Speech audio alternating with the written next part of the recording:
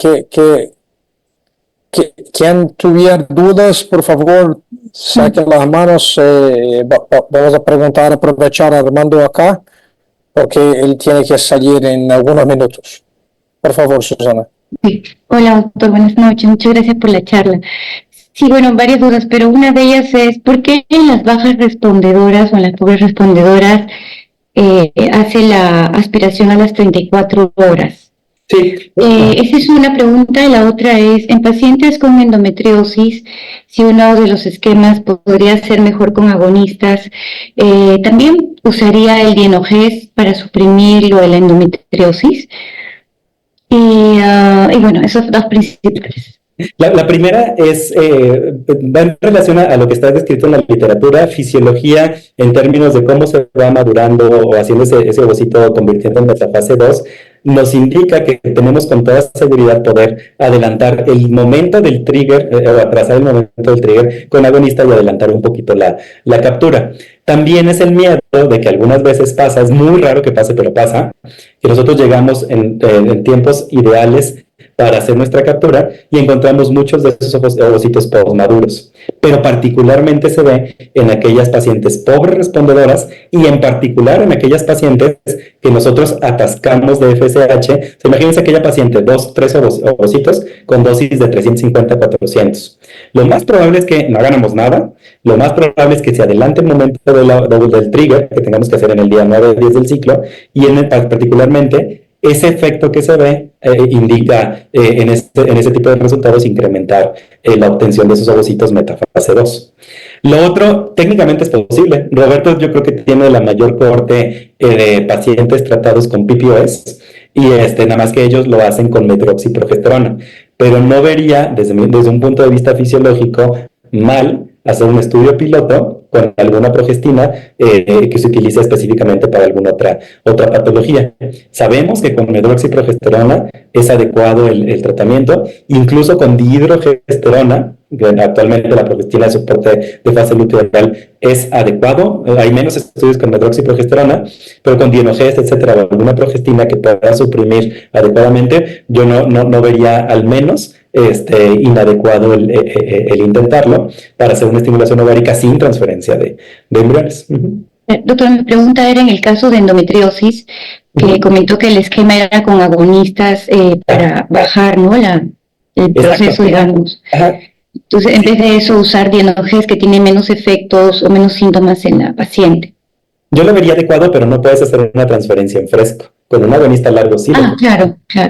Un agonista largo sí. O sea, ¿y sabes por qué te lo digo? Porque hay todavía muchos profesores y también depende cómo se maneje cada centro. Por ejemplo, al menos yo a mis pacientes en endometriosis, yo no las opero cuando estoy seguro que es endometriosis por tratamientos de infertilidad.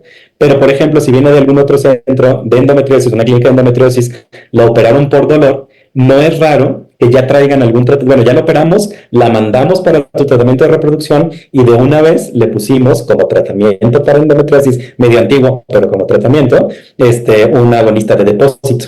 Pues tú recibes a la paciente, está bloqueada y puedes aprovechar el conocimiento del ciclo largo para empezar la estimulación ovárica.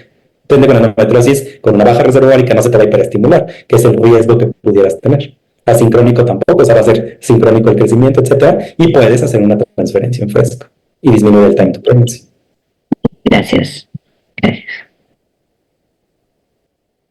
Armando, hay una pregunta de Giancarlo Vizcarra sobre cómo utiliza y en qué dosis el doble gatillamiento. Sí, el dual trigger, o sea, ¿cómo lo utilizo? Como está escrito en la literatura. Ahora, la verdad en la literatura está descrito 0.1 miligramos de triptorelina y luego la dosis de HCG completa.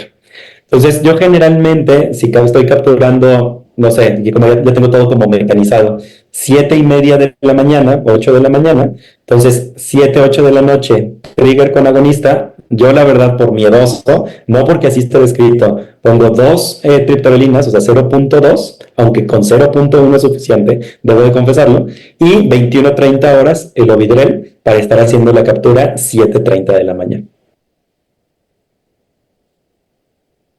Bueno, muchas gracias, Armando. ¿Alguna otra pregunta para Armando sobre lo que, doctora Susana, dos puntos importantes. El primero, Una consulta. ¿Qué tal? Buenas noches. Buenas noches. Buenas noches. Muy buena la clase, la verdad. Tengo una duda sobre el final de la clase en cuanto a lo del esquema de soporte de fase lútea, del cuadrito ese que mostró doctor, respecto a la estrategia de poder utilizar la HCG el día de la captura para hacer el soporte de fase lútea. No me quedó muy claro eso, la dosis que se utilizaba. 6 clics, dijo. Sí, exacto. ¿Por qué 6 clics? Recuerden que las ámpulas de HCG urinaria vienen de 5, bueno, no sé en qué país, pero yo creo que es similar en todos, de 5.000 unidades internacionales, o el Ovidrel, que es recombinante urinaria, sí, viene de 250 microgramos. Esos 250 microgramos de Ovidrel más o menos son equivalentes a 4.000, 5.000, 6.000, depende de lo que diga Merck algunas veces, etcétera, pero bueno, equivalente a 4.000 a 6.000 unidades de HCG. Y la pluma viene graduada en clics. A lo mejor estoy echando mentiras, pero casi estoy seguro que la dosis completa son 25 clics. Pero la dosis creo que sí, que son 25. Entonces, sí, 24, 25. Merck también tiene una tablita que te dice, bueno, 3 clics son, no sé, 800 microgramos de la urinaria, etcétera. Entonces, yo me aprendí que la dosis de 6 clics equivale a 1.500 unidades de HCG. Perfecto. Y con eso se podría lograr el día de la función ovocitaria, el rescate, o sea, postpunción. Exacto, te disminuye el riesgo de hiperestimulación ovárica de haber hecho el trigger con HCG en ese momento. Con HCG. Pero rescatas el cuerpo lúteo y disminuyes el riesgo. Y después continúas con el soporte de fase lútea convencional, o sea, con progesterona vaginal, por ejemplo. Exactamente, sí, punto. Ajá. Estos mismos 6 clics son los que utilizan en andrología para estimular la espermatogénesis en el varón. Utilizan 6 clics o 1.500 unidades 2 veces a la semana los andrólogos. Y aprovecho también a consultarle, teniendo en cuenta esto también que usted mostró en los gráficos de la variación de lo que genera la descarga con HCG o la descarga o el dual trigger respecto a los picos de FSH y LH. En la práctica cotidiana, ¿usted doble o solo con gonapeptil, más que nada? Sí. Esa es también mi opinión personal. ¿Por qué les digo? Porque también, yo trabajo en un hospital escuela y en un hospital privado. En el privado yo hago lo que yo quiero. Pero en el público tengo que convencer al resto de los... Llega la paciente y la paciente se discute en una sesión de casos clínicos y todos se hace un consenso para ver qué se va a hacer con esa paciente en todo momento. Con qué se va a estimular, con qué se va a disparar, etcétera. Entonces, ahí yo te platicaría 2 historias. Uno, la historia de la clínica libre de hiperestimulación ovárica. Entonces, la clínica libre de hiperestimulación ovárica puede ser real siempre y cuando siempre dispares con un trigger con agonista. Los europeos lo hacen mucho. Desde aquí, para aquí es muy penado que tenga, en todos lados, ¿verdad? Pero es muy penado que tengas una paciente con hiperestimulación ovárica. Entonces, la única forma de prevenirlo, dado que estás en tratamiento de fertilización in vitro, es hacer todo con trigger con agonista. Ahora, esa historia se oye muy bonita y sí, no vas a tener ningún riesgo de hiperestimulación ovárica. Pero ¿estás maximizando la eficiencia del tratamiento? La verdad es que no. Y puede ser un escenario tan feo como el famoso síndrome del folículo vacío, pero que nunca les pase, pero que dices, está todo bien, la disparé bien, la capturé bien, la señora se puso bien el medicamento y no capturé nada. Pues es un error de la señora, de alguna cosa así. Siempre pensamos en que la señora no se puso el medicamento, se le calentó, lo que sea, lo echó a perder, se le cayó, etc. Entonces, hay un momento, y eso también es conocimiento básico. Hay algo que también yo muy particularmente lo menciono como si fuera una reserva hipofisiaria. A final de cuentas, tú cuando haces un trigger tienes el efecto de flare-up, pero ese efecto de flare-up depende de las vesículas de LH que estén en la hipófisis listas para ser expulsadas. Si los niveles de LH endógenos están completamente suprimidos, menos de 1.2, va a ser un fracaso rotundo el trigger con agonista. y van a llegar a la Entiendo. conclusión de que, oigan, eso no sirve, no, el medicamento no está bien, no capture nada, etcétera. Entonces tienes que tener unos niveles basales de LH para que esa LH se pueda subir y hacer un pico de LH para que responda adecuadamente. Y ahora la pregunta sería, ¿en qué casos nosotros tendríamos que estar como atentos a decir, esta paciente es candidata de sí o sí hacer una descarga con HCG o con HCG y, o sea, un dual trigger y no solamente con agonista, por ejemplo? Yo particularmente nunca haría, si puedo dar HCG, puedo dar LH, o sea, puedo dar agonista. Entonces siempre voy a hacer o un dual trigger, siempre. O sea, ¿para qué? Para ese beneficio que vimos en la FSH. O Sí. mi única otra opción es, hay riesgo de hiperestimulación ovárica, voy a hacer un trigger con agonista. Yo no me voy a, o sea, a menos que haya nueva información, nuevos medicamentos, etcétera, es muy difícil que a mí me saques de esas dos situaciones. O sea, ¿para qué? Ok, o sea, como lo convencional sería como asegurarnos de que logremos la maduración, Sí, digamos, que máxima que esperamos puedas. con una mixta, Ujú. con un dual trigger, pero bueno, en los casos que sí sospechamos por ahí tener un síndrome de hiperestimulación, ahí nos arriesgamos a, bueno, tener un poco de síndrome No importa, o sea, si vas a sacar 40, de los 40 que vas a vacío. sacar 20, Sí. pero los 20 te van a servir y no vas a tener riesgo de hiperestimulación, captura tus 20 sin riesgo de hiperestimulación. Bien, muchas Pero gracias. por eso es muy particular, o sea, la pelea científica ahí donde estoy yo, pues es eso, o sea, de ¿para qué le vas a dar agonista? Pues es que no lo noto tanto, ¿para qué me voy a arriesgar? A que no le voy a decir, bueno señora, ya salieron ahorita un porcentaje bajo de metafase 2, pero en el siguiente ciclo sí le vamos a dar un dual trigger. O sea, eso no tiene sentido. O sea, aquí vamos por one and only, one and done. O sea, un ciclo, un embarazo. O sea, a veces la señora no tiene el recurso económico para hacer dos, o se va a ir, pues esta doctora es bien maleta. Y en el otro centro, que sí me dispararon con dos, sí me sacaron un chorro de metafase 2. Entonces, para mí no hay margen de correr riesgos, no tiene sentido para mí. Armando, hay dos preguntas en el chat. Después, una última pregunta de María Mercado.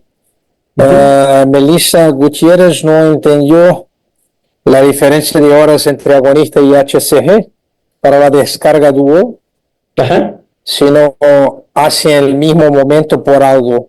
Yo Sí. hago siempre en el mismo momento, Sí, pero hay las descripciones. Sí, nosotros también en nuestro centro hacemos todo en el mismo momento. sí. El dual trigger original, no el dual trigger específicamente que estamos hablando ahorita, es justamente el que describimos para hacer el rescate del cuerpo lúteo. Es decir, disparo con agonista y 36 horas después, Sí, HCG. HCG. Ese es el dual trigger original. Y luego, años después, describieron el dual trigger para incrementar la maduración ovocitaria, Sí. no para disminuir el riesgo de hiperestimulación. Entonces ahí lo dan al mismo tiempo, trigger con agonista y trigger con HCG. Sí, con agonista y con HCG. Y de ese trigger, luego dividieron entre las horas de disparo, si convenía adelantar un poquito para pacientes Sí. que tengan una disminución en la maduración ovocitaria, 40 horas antes el agonista y 36 horas después 36, sí, exactamente. o al mismo tiempo, ¿verdad?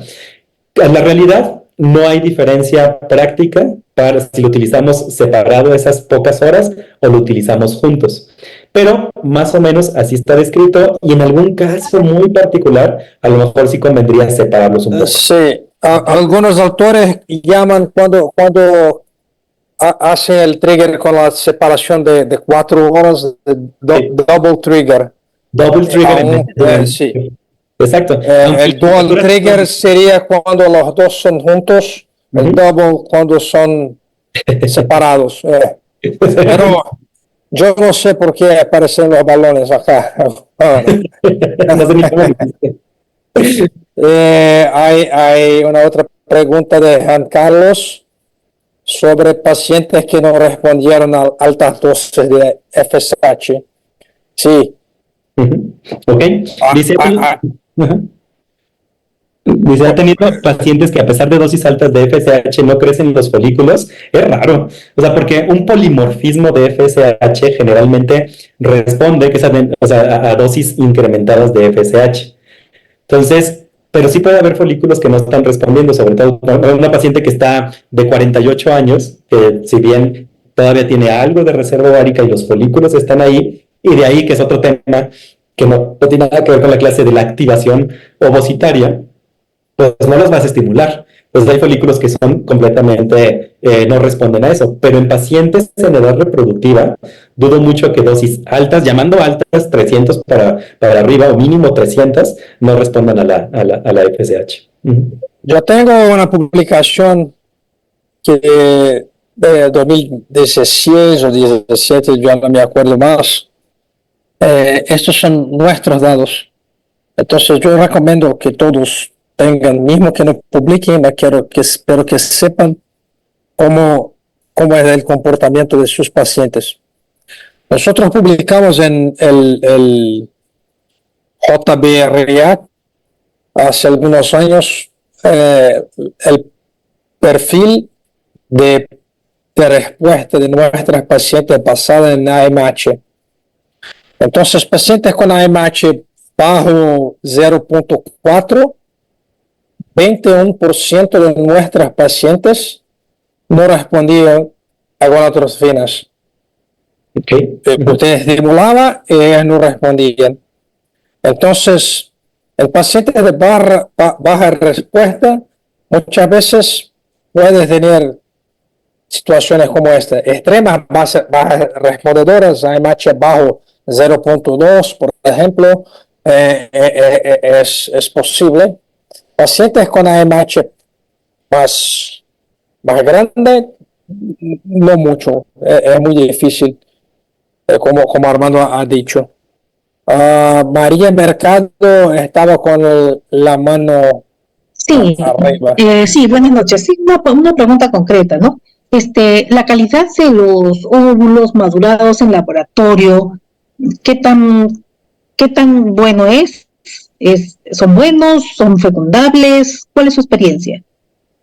La verdad tengo nula experiencia, pero básicamente porque los datos de la bibliografía nos dice que son las tasas de maduración que se alcanzan, más o menos rondan 30%, 40%. O sea, de aquellos óvulos que tratas de madurar en el laboratorio. Es interesante, les digo, para mí el esquema perfecto sería aquellos 2, 3 que salen inmaduros que los puedan completar la maduración en el laboratorio. Pero específicamente para aquellas pacientes que no hagas ninguna estimulación, por ejemplo, les digo, ovario poliquístico, que técnicamente tampoco está tan fácil capturarlos y que los maduren in vitro, o que tengas la corteza ovárica y después los madures, 30% de maduración, 40% de maduración. No es aceptable para utilizar en el mundo real todavía. En el mundo real, las situaciones de IVM, de maturación in vitro, como esta que Armando ha descrito, hoy día son muy raras porque ya tenemos las herramientas para evitar un hiperestímulo. Entonces no hay por qué pensar en no estimular a la paciente. Hay dos tipos. En otra situación son los óvulos después de una maduración, de una estimulación convencional, que tú recuperas, que son vesículas germinativas o metafasis 1. En este caso, nosotros tenemos datos publicados también y que van en acuerdo con la literatura. Los VGs que sacamos, las vesículas germinativas, mismo que lleguen a metafasis 2, llegan muy en el día siguiente o 2 días después. Puedes poner un espermatozoide, puede eventualmente fertilizar, pero no resultan en embarazo. Los metafasis 1 que recuperamos después de una estimulación convencional, por veces, cuando maduran espontáneamente en cultivo hasta 5 horas después de su colecta, esos tienen las mismas tasas de maduración y de fertilización en embarazo que aquellos que son metafasis 2, pero después de 6 horas casi cero. Entonces, normalmente aguardamos 5 o 6 horas para los que no son maduros, los que llegan a metafase 2, inyectamos con espermatozoides, los que no llegan, descartamos, pero tenemos datos para justificar eso. Armando, Sí, yo no sé cómo está tu horario. sí, ya voy a salir. Y aparte que es un artículo y un chorro de cosas, ¿no? Que no lo estoy haciendo tan fácil. Muchas gracias por su participación. Gracias, No gracias. voy a conducir la discusión del artículo. Es siempre un placer estar contigo. Igualmente, Espero que nos veamos pronto en nos vamos a ver. 2024. A todos también. En la- Hasta luego. Hasta luego. Bye. Bueno,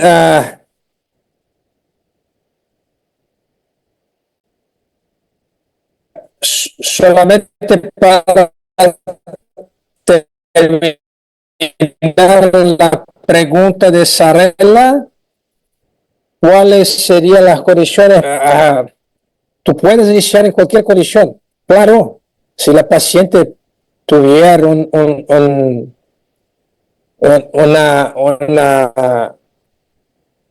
condición clínica para eso, pero puedes empezar en cualquier momento del ciclo, no hay problema.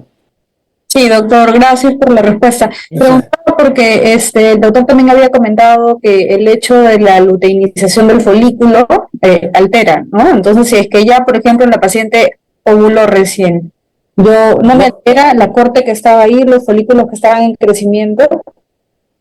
Sí, mira, en pacientes oncológicas, lo que lo que ocurre es, puedes tener básicamente 3 situaciones. La encuentra, ella llega a ti en el inicio de la fase folicular. En este caso, vas a iniciar la estimulación normalmente. ¿Perfecto? Es una estimulación como otra cualquiera. Cuando la paciente ya está en la fase lútea, también puedes empezar la estimulación directamente. La paciente, hay algunos estudios que muestran que cuando la progesterona está arriba 3 nanogramos por ml, usted no precisaría ni siquiera bloquear la paciente. Ella no va a tener un pico de LH, ella está bloqueada. Es el principio del PPOS, con cualquier otro progestágeno, por cualquier vía que sea. La situación un poco más difícil es cuando la paciente oncológica está en la fase folicular más tardía, cuando ya tiene una dominancia folicular. En este caso, tenemos que avaliar el tamaño del folículo dominante. Por ejemplo, si la paciente tiene un folículo de 15, 16, puedes por ventura hacer un agonista, esperar 48 horas, ella va a romper este folículo, entonces después comienza la ovulación. O puedes hacer el HCG o un agonista, 36 horas después aspira este folículo y en la secuencia empiezas una otra estimulación. Pero no hay problema.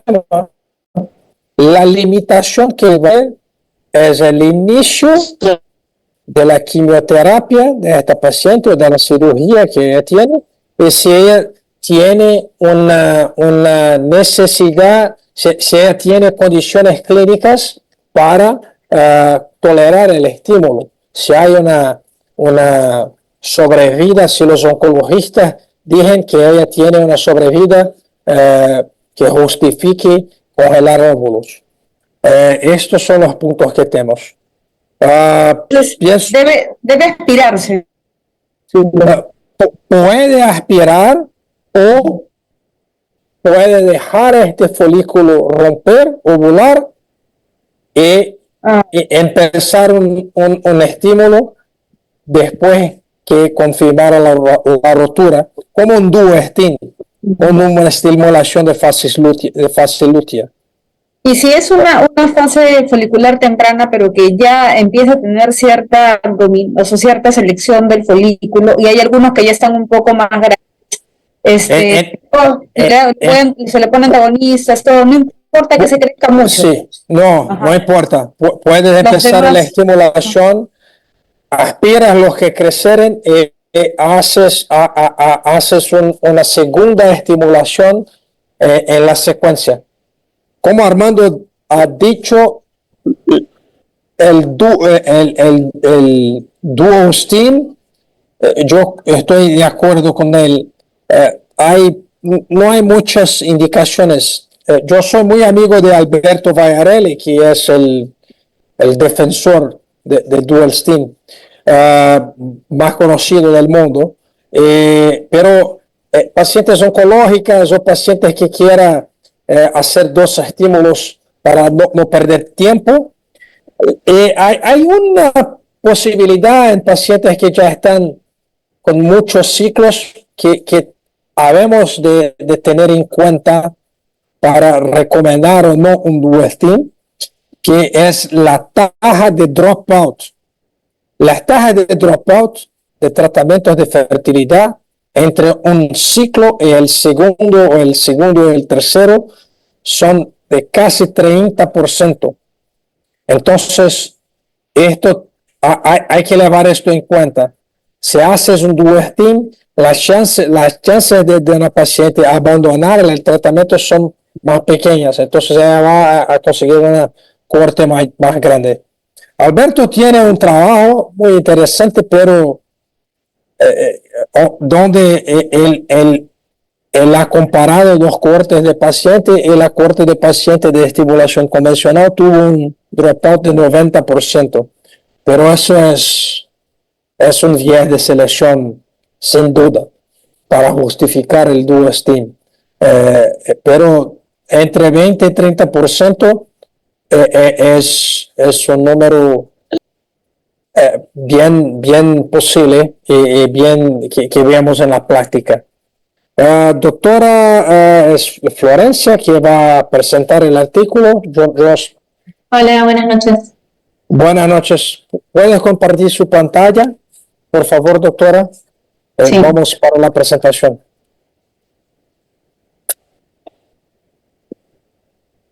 ¿Ahí se ven? Sí. Perfecto. Bueno, voy a hablar sobre efecto de los niveles basales de LH en resultados de FIV e ICSI en pacientes con síndrome ovario poliquístico.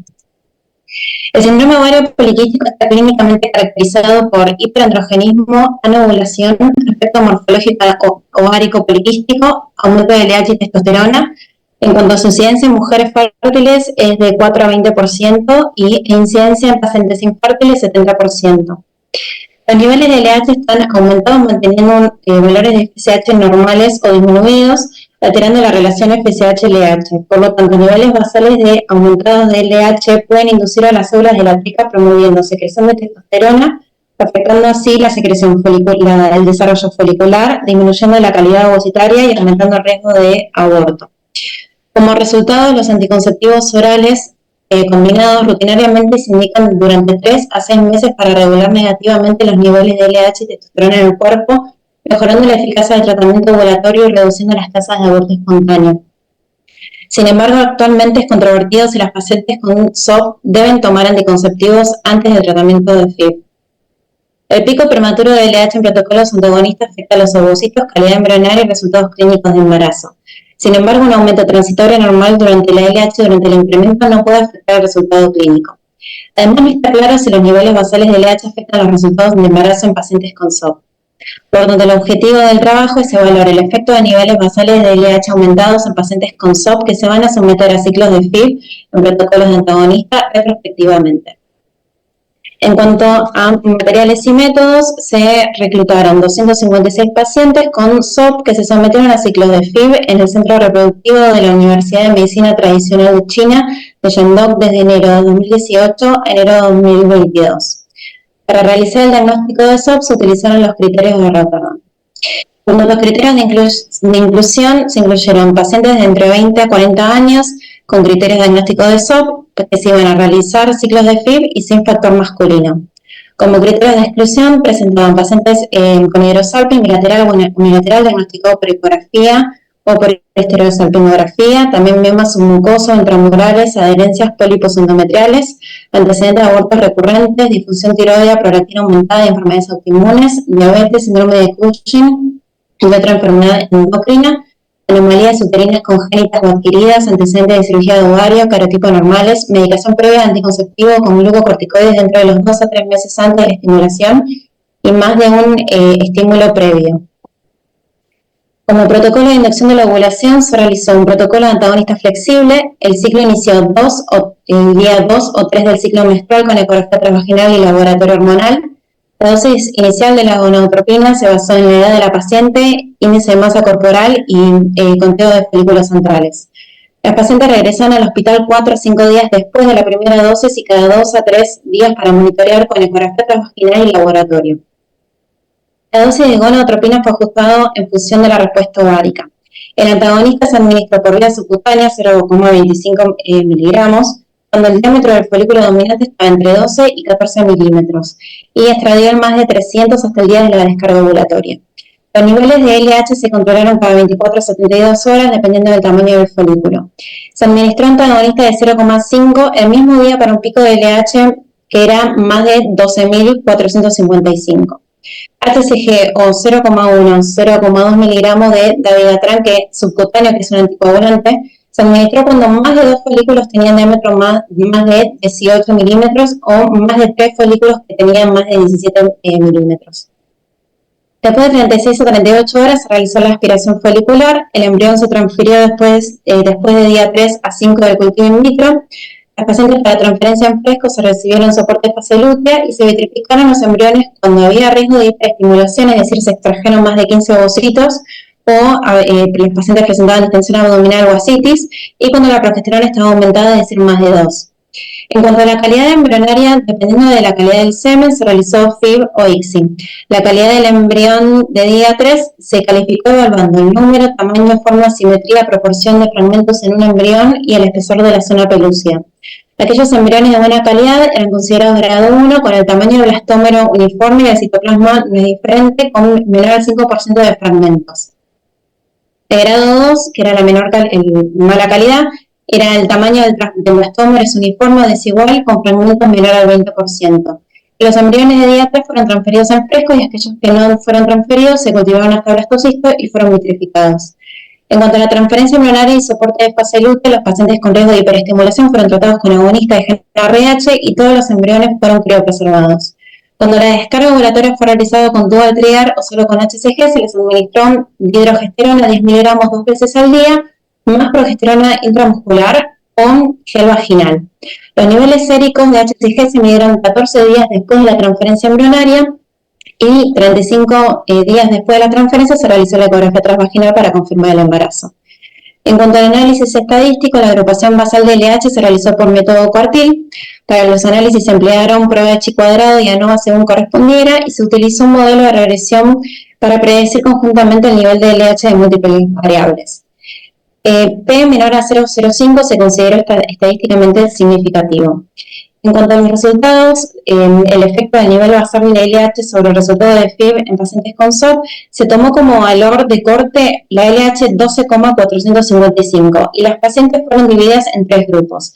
El grupo con alta LH eran 59 pacientes, grupo con baja LH que eran 176 pacientes y un tercer grupo que se le indicó anticonceptivos previos de la estimulación que eran 21 pacientes.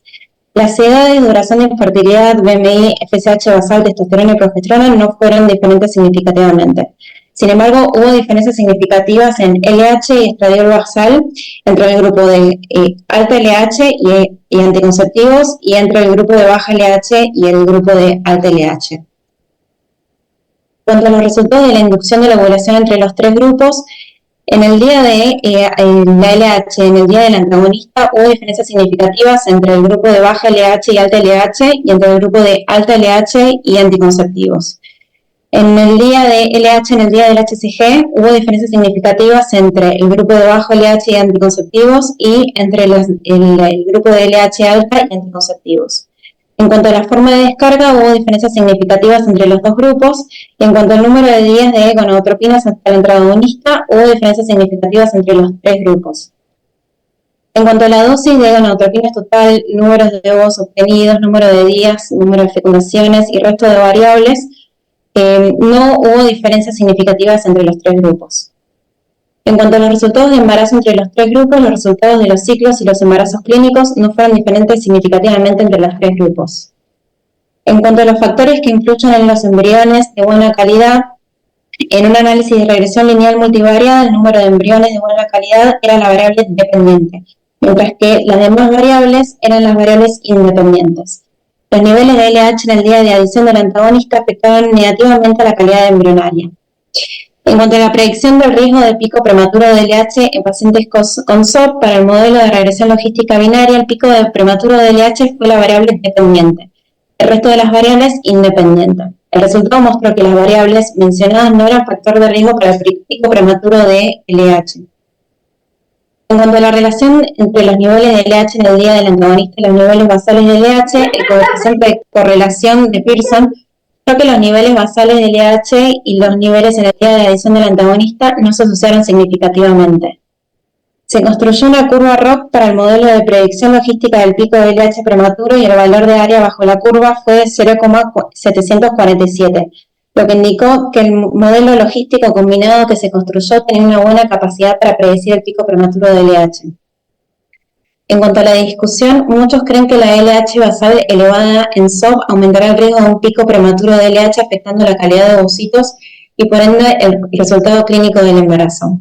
Sin embargo, faltan estudios clínicos que lo confirmen. En este estudio encontramos que un valor de LH alto no afectó el número de embriones, el resultado del embarazo y el riesgo de hiperestimulación. En el pasado se indicaban anticonceptivos para reducir los niveles de LH, pero algunos descubrieron que pacientes con SOP que tenían antecedentes de uso de anticonceptivos antes de la estimulación afectaban directamente la tasa de embarazo clínico del FIB. Sin embargo, este estudio sugiere que el tratamiento previo con anticonceptivos antes del tratamiento con antagonistas no solo aumenta la dosis de gonadotropina utilizada durante la estimulación, sino que tampoco mejora los resultados de embarazo. Se demostró que el número de días de gonadotropinas hasta el inicio del antagonista fue significativamente menor en el grupo de LH alta que en el grupo de LH baja. Esto puede deberse a que mayores niveles de LH en fase folicular temprana pueden unirse entre sí al receptor de LH en las células de la teca, actuando como una sustancia precursora de estrógenos. Esto puede aumentar la sensibilidad de los folículos tempranos a la FSH, lo que lleva al rápido desarrollo folicular y al uso más corto de gonadotropinas. En este estudio no hubo diferencias significativas entre los tres grupos del día de inicio del antagonista y del HCG. Disminuciones o aumentos significativos de los niveles de LH durante la fase folicular media afecta el desarrollo folicular y la receptividad endometrial, influyendo así en el resultado del embarazo. La evidencia básica y clínica sugiere que se requiere un umbral de LH para adecuado desarrollo folicular y maduración de ovocitos. En el estudio se mostró que el nivel basal elevado de LH no afecta el resultado de los ciclos de FIB e ICSI. Esto sugiere que la supresión de los valores de LH antes de la estimulación tiene poco valor clínico para el tratamiento individualizado de los pacientes. El papel de la LH en el SOP no se ha estudiado completamente y parece exagerado sin evidencia adecuada. Entonces puede haber otras razones por las cuales las mujeres con SOP tienen tasas de embarazo más altas. Sabemos que se trata de un trastorno endocrino con obesidad y la resistencia a insulina. Los estudios han informado que, independientemente del estado de ovulación, las mujeres con SOP corren el riesgo de tener un potencial de fertilidad reducido causado por efectos combinados entre la calidad de los ovocitos y la receptividad endometrial. En este estudio, el análisis de regresión logística binaria indicó que todas las variables independientes no podían aumentar el riesgo de pico de LH en las pacientes. Además, el momento de la adición del antagonista no aumentó el riesgo de elevación temprana de la LH en pacientes con SOP. Los antagonistas no deben agregarse demasiado pronto para la población con SOP con niveles basales altos de LH debido al costo y para evitar el mayor número de inyecciones. Aunque los niveles de LH en el día de antagonistas se asociaron inversamente con el número de embriones de buena calidad, el análisis de correlación mostró que los niveles de LH basales no se correlacionaron significativamente con los niveles de LH en el día del antagonista. La curva ROC se construyó mediante el modelo de predicción logística del aumento de LH de inicio temprano y los resultados mostraron que el modelo conjunto logístico que se construyó tenía una buena capacidad para predecir el aumento del LH de inicio temprano. Este es un estudio retrospectivo, especialmente por el pequeño número de casos de transferencia de embriones frescos incluidos y puede haber sesgo de selección. Aunque los resultados clínicos del embarazo mediante transferencia de embriones congelados se compararon al mismo tiempo, las conclusiones clínicas tienen ciertas limitaciones debido al pequeño número de casos. En el futuro se necesitan más estudios prospectivos de alta calidad con muestras grandes para explorar más a fondo el efecto de la elevación de LH basal en el proceso de inducción de la ovulación, con el fin de mejorar los resultados del embarazo en pacientes con SOP en reproducción asistida. Sin embargo, según los resultados de este estudio, ese nivel basal alto de LH no afectó el resultado de FIB en pacientes con SOP, por lo que no se recomienda que los pacientes con SOP se sometan a un tratamiento previo antes de ingresar al protocolo antagonista. Muchas gracias. Gracias, Florencia. Muchas gracias. Bueno.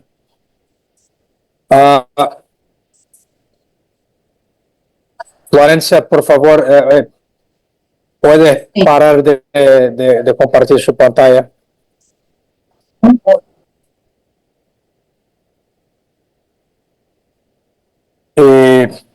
¿Alguna duda?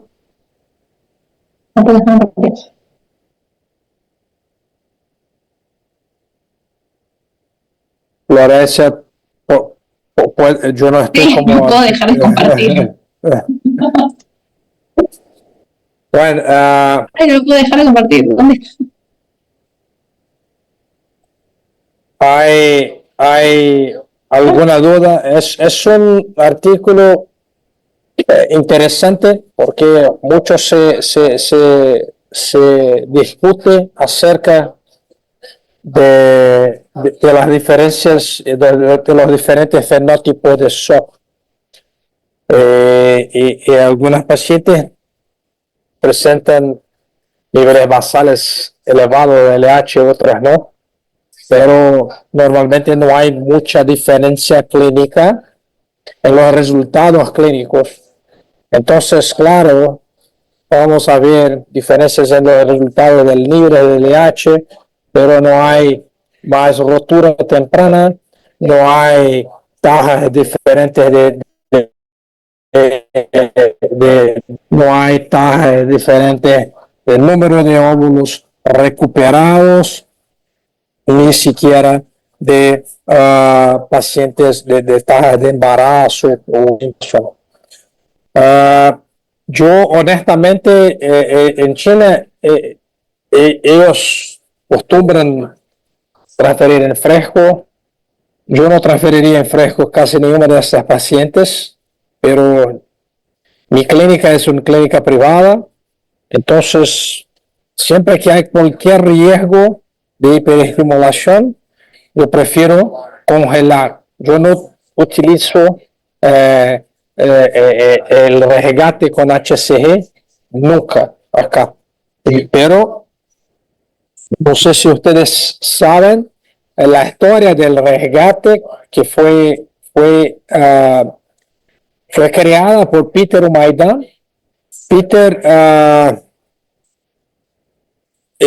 yo tuve la oportunidad de conversar con Peter acerca de por qué él hace eso.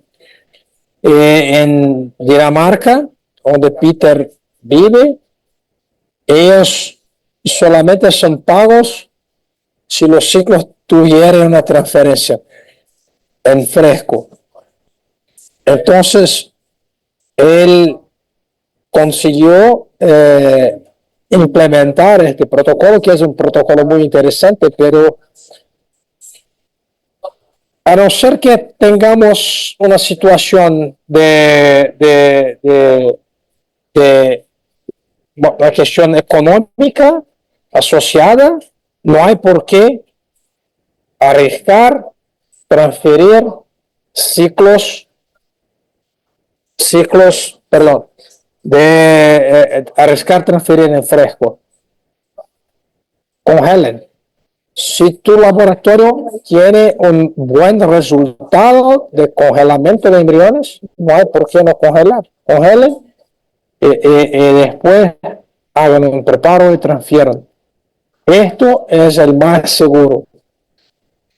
mismo con tasas bajas de hiperestimulación, con el resgate, es lo mismo para el protocolo de resgate. Si usted tuviera más que 20, 25 folículos, yo pienso que es muy arriesgado hacer HCG. No sé si ustedes tienen otras dudas. Caso contrario, ya estamos con 2 horas de clase más la prueba. Imagino que ustedes estén cansados hoy. Entonces, vamos a encerrar por hoy. Cualquier duda que ustedes tuvieran pueden mandar en el chat de WhatsApp, en el grupo de WhatsApp, que yo puedo responderlos. Perfecto. Hasta la próxima semana. Yo no sé quién es el profesor, pero Marina va a enviar para ustedes en el grupo. Edson Borges. Doctor Edson. ¿Soy yo que estaré acá, Marina? Não, mas eu acho que seria bom se você estivesse. Eu vou estar acá também. Edson, eu gostaria que você coordenasse para ajudar no espanhol. Porque quando é 2 brasileiros, o pessoal que fala espanhol reclama. Entenderam, pessoal do espanhol? Eu não sei se ustedes estão compreendendo muito bem meu espanhol, pero vamos em frente. Hasta mañana. Hasta luego. Chao, chao. Chao, hasta luego, que pasen bien. Buenas noches. Buenas noches. Chao, hasta luego, gracias.